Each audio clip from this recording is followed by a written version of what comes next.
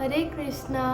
स्वागत है आप सभी का इस वीडियो में। और इस वीडियो में हम बात करने वाले हैं तुलसी विवाह, यानी कि आज मैं सुनाने वाली हूँ आपको माता तुलसी यानी कि वृंदा देवी और शालिग्राम के विवाह की कथा। तो आज जानते हैं कि इस विवाह के पीछे कौन सी पौराणिक और कौन सी कहानी जो कथा छुपी हुई है, जिसके कारण हम तुलसी विवाह मनाते हैं हर वर्ष। तो जानते हैं। स्वागत।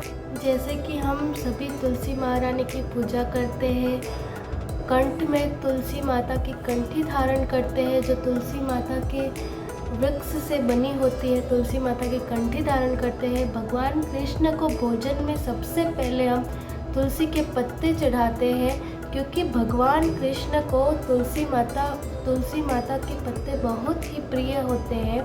भगवान तुलसी के बिना भोजन ग्रहण ही नहीं करते हैं। तुलसी माता की कथा बहुत ही विस्तृत है, तो आज हम इस वीडियो में उसे संक्षिप्त में वर्णन करने की कोशिश करेंगे। तुलसी शालिग्राम विवाह अलग अलग कल्प में अलग अलग वर्णन हुआ है, तो आज हम एक ही लीला के द्वारा हम समझेंगे तुलसी शालिग्राम का विवाह। आज हम जो लीला समझेंगे वो उसका वर्णन ब्रह्म वैवर्त पुराण में आता है।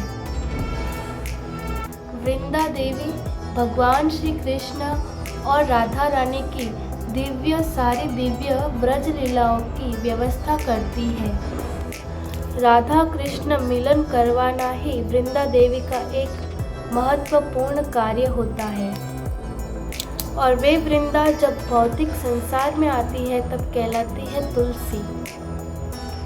एक दिन हुआ कुछ ऐसा, जब वृंदा देवी कृष्ण भगवान की लीलाओं हेतु मनोहरम जगह की खोज में थी, तो उन्होंने वहाँ भगवान श्री कृष्ण को पाया। उन्होंने देखा कि वहाँ पे भगवान श्री कृष्ण भी है, तो भगवान श्री कृष्ण के छूने मात्र से वह वृंदा देवी वहाँ बेहोश हो गई। और यह बात जब राधा रानी को पता चली, तो उन्होंने क्रोध में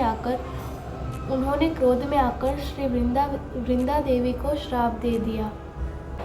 श्राप देते हुए राधा रानी उन्हें कहती है कि तुम्हारा ये आचरण निम्न जाति जैसी है, जो अपना मन माना करते हैं। अतः भौतिक जगत में जाकर अपनी तपस्या से शुद्ध होकर तुम वापस यहाँ आ सकोगी, ऐसा राधा रानी वृंदा देवी से कहती है। और राधा रानी की आज्ञा वृंदा देवी स्वीकार करती है।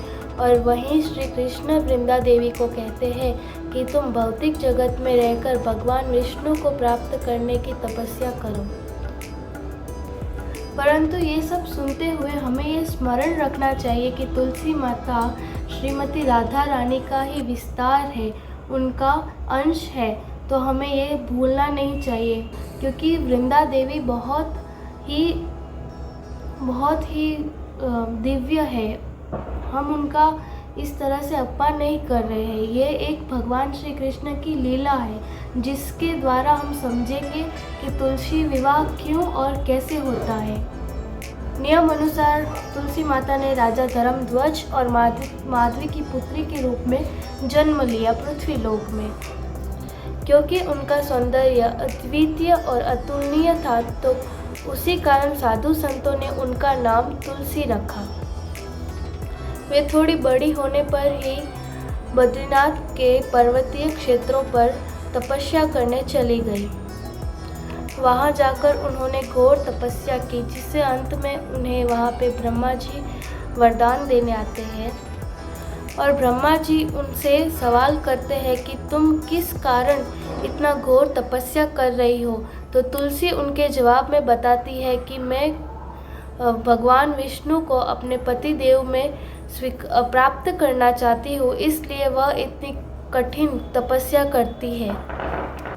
तब भगवान ब्रह्मा जी तुलसी माता को बताते हैं कि गोलोक में जो कृष्ण बाल मित्र थे, सुदामा, जो कृष्ण के ही अंश विस्तार थे, वे तुमसे विवाह करना चाहते थे।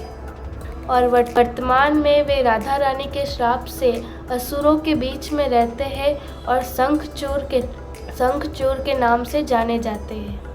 उन्होंने तुम्हें पत्नी रूप में स्वीकार करने के लिए घोर तपस्याएं की है, इसलिए आप उनसे विवाह की स्वीकृति दें और बाद में किसी तरह देवी शक्ति के व्यवस्था से आपको सर्व सौंदर्य श्री भगवान नारायण यानी कि भगवान विष्णु के पति रूप में स्वीकार किया जाएगा।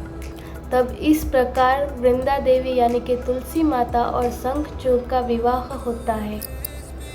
कालांतर में शंखचूड़ ने अपने शक्ति और बल के प्रभाव से पूरी पृथ्वी पर राज किया, यहाँ तक कि उन्होंने देवताओं को भी अनेक बार परास्त किया। तब सभी देवता शिवजी के पास गए और शिवजी ने शंखचूड़ को समझाया, परंतु वह न माना और प्रारंभ स्वरूप युद्ध शुरू हुआ और वह युद्ध बहुत समय तक चला और अंत में शिवजी त्रिशूल उठाते हैं जो बड़े बड़े महान व्यक्तियों के द्वारा भी सहन नहीं हो सकता था।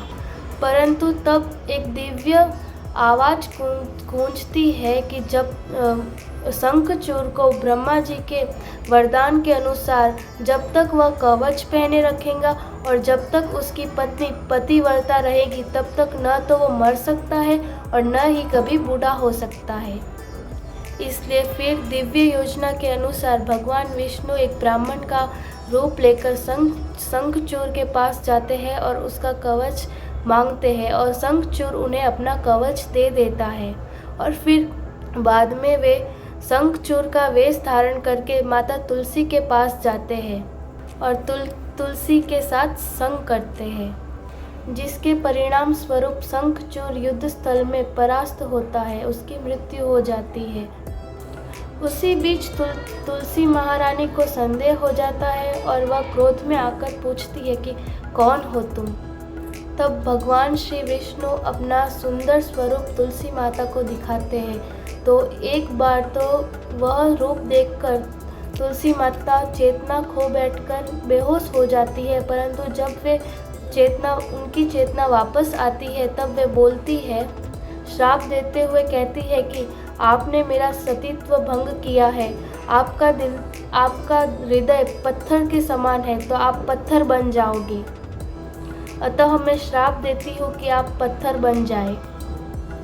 दुख और विडंबना से तुलसी जब जोर जोर से रोने लगी तब दयालु श्री भगवान विष्णु ने उन्हें उनके पूर्व जन्म, शंखचूड़ और तपस्या के बारे में सब कुछ बता दिया और वह कहते हैं कि बस इसी कारण मैंने ये सब किया और उन्हें और कहते हैं कि अब तुम ये भौतिक जगत छोड़कर आध्यात्मिक जगत में वापस आ जाओ, ये भौतिक शरीर त्याग कर, देह त्याग कर आध्यात्मिक देह ले लो और मुझसे विवाह करो और लक्ष्मी के समान बन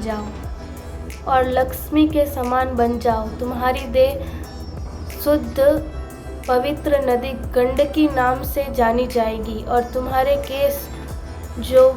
तुम्हारे शुद्ध केस एक वृक्ष यानी कि तुलसी माता जो हम वृक्ष के स्वरूप में पूजा करते हैं वह माने जाएंगे और उसका नाम तुलसी रखेंगे। और आगे भगवान कहते हैं कि तुम्हारा जो श्राप जो मुझे दिया था मैं उसे सत्य कर मैं गंडकी नदी के पास पाषाण बनकर रहूँगा, जिसे आज हम कहते हैं शालिग्राम भगवान। भक्तजन सेहत से भरे हजारों बर्तन भी भेंट न करे तो भी इतना खुश नहीं होंगे जितना वह एक तुलसी पत्ते से खुश होंगे। जब मृत्यु के समय वह तुलसी पत्र को अपने मुंह में धारण करता है तब उसके सारे जीवन के पाप धुल जाते हैं और वो वैकुंठ को प्राप्त होता है। जो कोई भी प्रतिदिन मेरी तुलसी पत्र से आराधना करेगा वह 1,00,000 अश्वमेघ यज्ञों के बराबर फल पाएगा।